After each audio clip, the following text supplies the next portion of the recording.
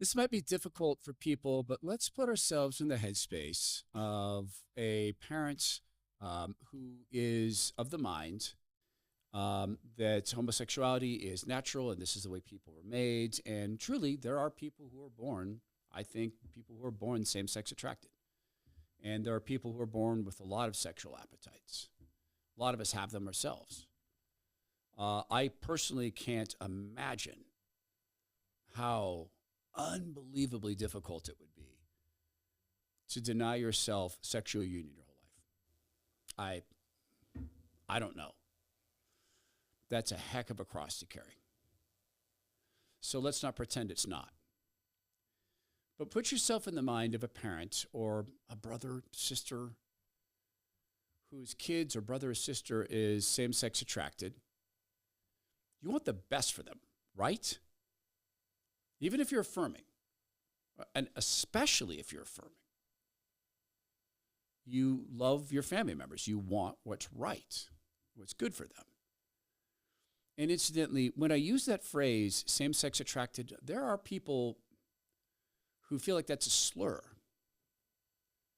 I use that because I believe putting on yourself a primary identity other than made in God's image, or if you're not a believer, a son, a daughter, a creator, an artist, a thinker, a friend. Those are, I think, firm, real identities. I think the firmest identity is child of God. I think shrill identities like I'm a black man, I'm a gay man, I think those are really thin identities that are easy to have people use as tools of manipulation. That's why I use the phrase same-sex attracted. So do you want same-sex attracted friends to have the best, right? And I think of parents whose kids are same-sex attracted who are affirming. And if they're looking at, let's say, sex ed in the schools that is really extreme, getting very descriptive and pushing those activities at a young age, I don't know any personally parents or family members of same-sex attracted people saying, yeah, get started young. I mean, I know there are people who have that view. I've never met them. But there's a guy who got a little bit of fame. He was in a Shoppers Drug Mart beauty ad, and he was wearing makeup. And he has a distinct view on what his responsibility is as someone who apparently enjoys having sexual relations with people he doesn't know well or is just getting to know well. I'll share this with you in just a second because my question is, do we really want this going on with and around our same-sex attracted beloved ones? I don't think so because it's so bad for their body, but it's bad for something else. I mean, it's bad for their soul. Explain this in just a second. Body and soul, you could say, are one. Our bodies are designed as a place to store the Holy Spirit. When we give ourselves to Jesus, they become a tabernacle, a temple for the Holy Spirit. We're to care for them and to steward them. To remember that they're made in God's image, so therefore dear to him, his masterpiece. The outward manifestations of that, like, look, I gave in, I went tanning for Seal Fit, now I'm addicted to tanning. Is an ego thing? Probably. I like the way I look better tan. Sue me. But there's also the inward manifestations that you don't see, but sometimes you feel. If you're walking around constantly bloated, it can be embarrassing. You probably know what I mean if you're constantly bloated because there's, noises and such. Just trying to be clear. You don't want that happening. You also have the discomfort of, wait, these pants used to fit. And then trying to sleep that way, that is a chore.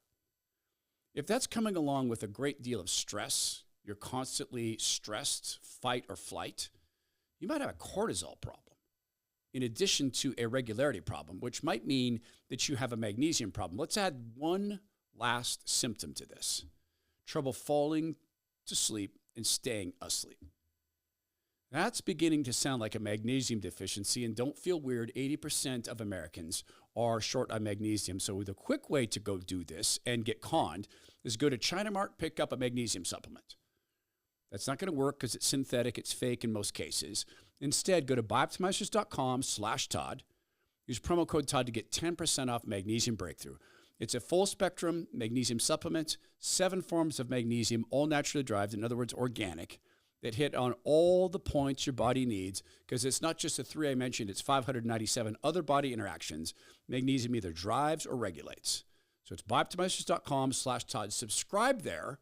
You never run out of product, and you get free access to exclusive discounts, free information, and exclusive gifts. Bioptimizers.com/Todd. So this is this man who got featured in this Shoppers Drug Mart ad, and he was wearing makeup.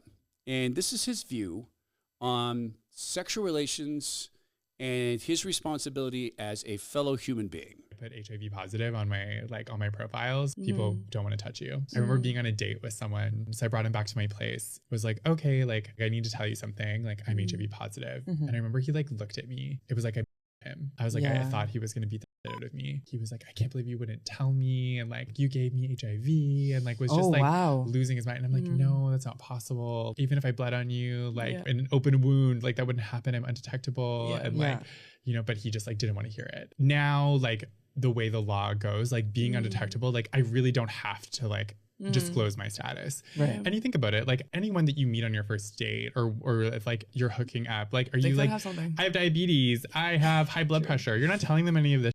Where HIV is now, like if you are undetectable, like you don't necessarily like have to disclose that. I don't think you're putting anyone at any risk that you have to like necessarily go through that, but it's because of the stigma and shame that I feel like I have to disclose. People would look at that as betrayal. Yes, people would look at that as betrayal. I mean, if you had a cold or a flu, and I'm going to guess, I'm just guessing here, that you might have been on the side of the political spectrum that said, stay home, stay safe. I'm guessing. It is your moral obligation to disclose something like that. There are people who have herpes. And if they don't have a breakout, they probably can't give you herpes. But what if the breakout's just beginning and they don't know? See, in the world of same-sex attraction, there are some physical realities, particularly with men, where if you're not disclosing, I think you have intent, at least a passive intent, to pass this on. I don't want this for people. I don't want that man's soul further damaged by passing on a communicable disease. And somehow, in the world of what you might call queer politics,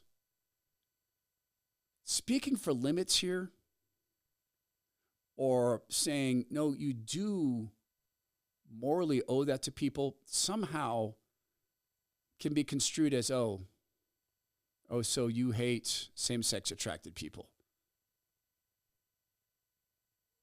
By wanting notification? No. No, it's much more about thinking again of affirming parents or loved ones, brothers and sisters. How can you be okay with a man taking that position? I truly and for real don't understand it.